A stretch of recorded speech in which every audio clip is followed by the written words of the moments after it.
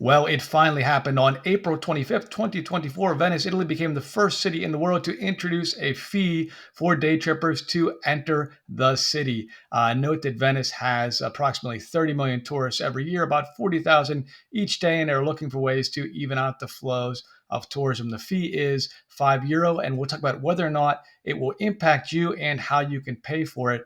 Italians were not very happy about this. Well, some weren't anyway. If you look, here's a picture from Corriere della Sera newspaper of some protests that happened the day that the fee was introduced. Many Italians felt that Venice should be free. Note that to learn about the fee and pay it, you'll go to this website. It has an English section where you can learn more about the fee and how to pay it. You'll also note that some of these dates are in red circles. Those are the dates when you have to pay to enter the city. And you have to pay if you plan to enter the city between the hours of 8:30 in the morning and 4 p.m. in the afternoon. So essentially, if you're there for the day, I think the positive side of this is the fee's only €5, which is not terribly expensive, and also might encourage people to go on days when there are not as many tourists. It might spread out some of the visits for day trippers, which could be positive. But there are exemptions as well to pay the fee. And if you look at the bottom of this website here, you can see if you think you're exempt. And being exempt would be someone who's staying in Venice overnight, right? So you have a hotel accommodation or an Airbnb or something booked.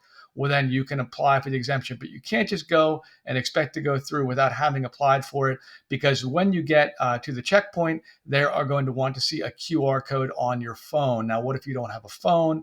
How else can you pay to get into the city? Well, you could pay in person at Piazzale Roma or Santa Lucia Stazione. So there's different places you can pay, as well as tabaccarie at tobacco stands. They have an option to pay for this as well. They even on the website, if you go through, you'll see that there's a link to pay for directly right through WhatsApp. So there's many ways to pay for this. Seems like the phone is the easiest one.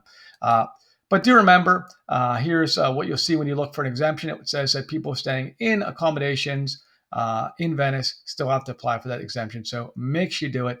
Doesn't seem terribly difficult. Hopefully, it will be helpful in spreading out the flow of tourism in Venice, and it only impacts you on certain days. Also note that if you're traveling with children who are 14 or under, those individuals are exempt as well. So you can take a look at that and apply for the appropriate exemptions. And that's it for this one. Hope that's helpful to give you some context of what's going on in Venice.